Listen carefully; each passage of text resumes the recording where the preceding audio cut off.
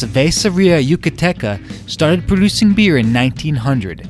Based in Merida, Yucatan, the brewery named its Montejo beer after Merida's founder, Don Francisco de Montejo. The beer itself has since been purchased by Grupo Modelo, which is now owned by Anheuser-Busch, although it claims it has remained true to what made it a Mexican classic over the last century. Is it able to compete against other classic Mexican brews? Find out now on Two Dudes Reviews.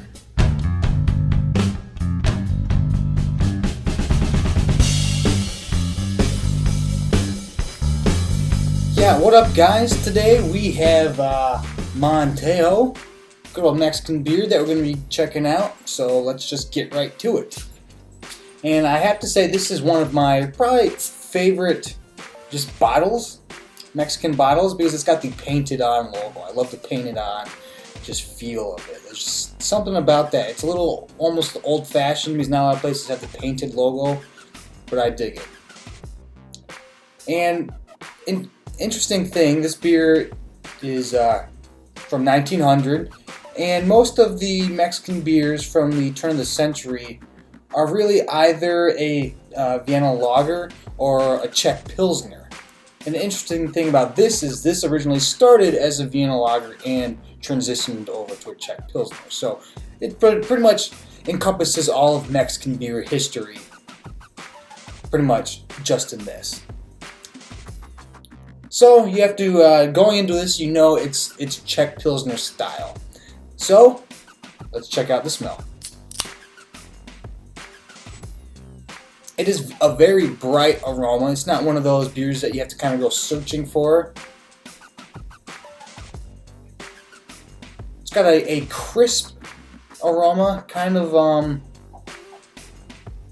citrusy. It has almost a little lemongrass in there.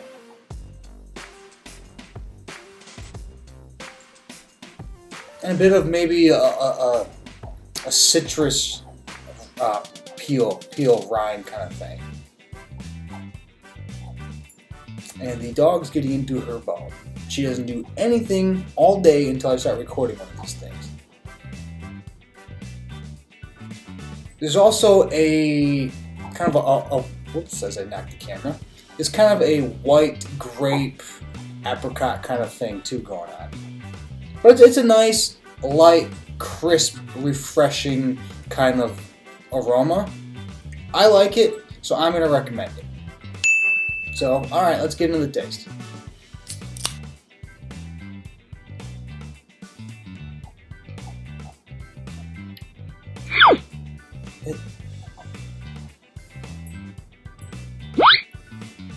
Again, crisp, definitely crisp. It has, I feel like, just the right carbonation. It has a little bit of bubbles going on, but not over the top. So it has that just right amount of carbonation going on. I like it.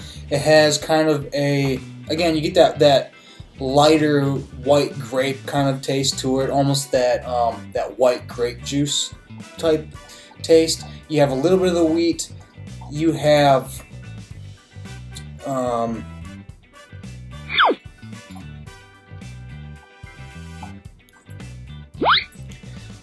you do have that kind of lemon orange citrus thing going on. And I wouldn't say that it's clear cut Czech Pilsner style. I feel like it has a little more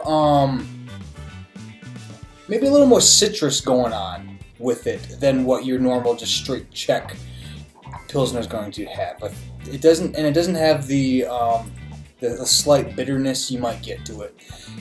So I think it's a very nice reflection of a Czech Pilsner mixed with the Mexican beer. I think it has a very nice blend, and it's very refreshing. So I'm gonna recommend it on taste. Next is value for price. And I believe I paid somewhere around $1.50 for this. This is not expensive. It's going to be between $1.30 and like $1.80. Either way, I'm not paying a lot for a single one. I could get a 6-pack for $6-7. It's a pretty legit price, especially for a nice, crisp, refreshing beer that I would I think it'd be very good during the summer months, so whenever it gets warm wherever you're at. So yeah, I'm going to recommend this on value for price. Next is distinction. How distinct is it from other beers? And since this is a Mexican beer, you have to initially compare it to other Mexican beers, and I think it has enough difference in it compared to other Mexican beers that it is, it doesn't just fall into the exact same category. It has a, as I said earlier, since it is, 1900, those turn of the century beers in Mexico are really heavily influenced on the, the immigrants coming in from Europe, which is why you get a lot of the Austria, Czech, German kind of lager, Pilsner styles. And that definitely reflects in this, but it still seems to embrace the Mexican, some of the Mexican just flavors that you're going to find that you wouldn't have native to, Austria or Czech Republic or anything like that. And I think it's got a nice blend, a nice medium, just kind of married together. And so I think, however you categorize it, whether it's a Mexican just Pilsner lager or a Czech Pilsner, it has enough going for it that it's different and not a bad difference. It's an enjoyable difference. So I'm going to recommend it on distinction. I think it is distinct enough from the others that it works perfectly well. Next, drinkability. How many of these could I catch in a row?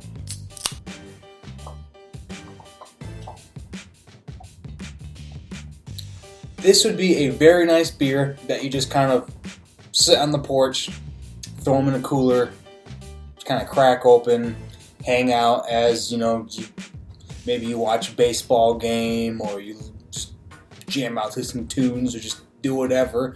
This would be a nice, refreshing beer. It's not heavy, just enough carbonation. You could drink it out of the bottle just fine. It isn't a Mexican beer that you gotta jam a lime down the bottle for. I feel like that's more of a, if it's a clear bottle, you're probably gonna need a lime. If it's not clear, if it's a brown bottle, which I always give the thumbs up on over clear, if it's the brown bottle, you don't need the fruit, in my opinion. And so you don't need anything extra. You just sip out of the bottle, pour in a glass, whatever, you're good to go.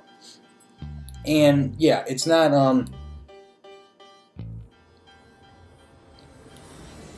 difficult to drink. I think it is, again, it's refreshing. I dig it. And so I'm going to recommend it on drinkability. Last is, would I buy it again?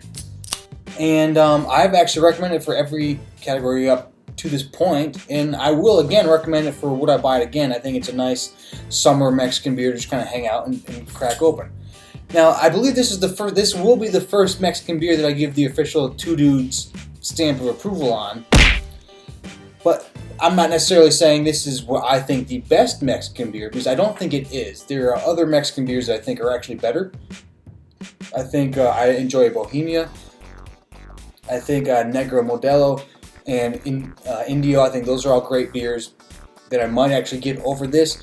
Just the category that it falls under, the way it does, the Czech Pilsner, the price, all that makes it a very worthwhile Mexican beer to check out.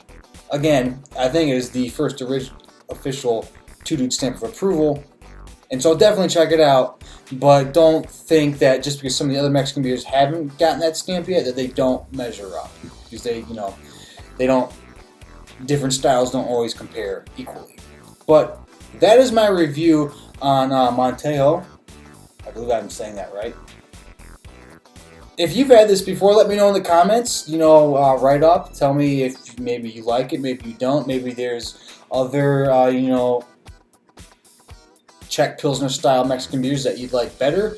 I believe the other one, the dark ones that I had referenced, the like Bohemia and Negro Modelo, I believe those are actually the Vienna lager style beers. So again, there's some difference. It kind of depends on if you want the amber kind of lager or this Pilsner type thing going on.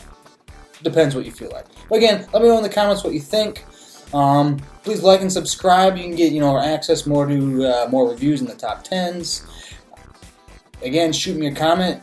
Maybe there's a different Mexican beer that you want me to check out. Let me know. You can follow me on Two Dudes Podcast on Twitter, or just check out the podcast Two Dudes in a Six Pack. And that is about it. So for myself and for Montejo, take it easy.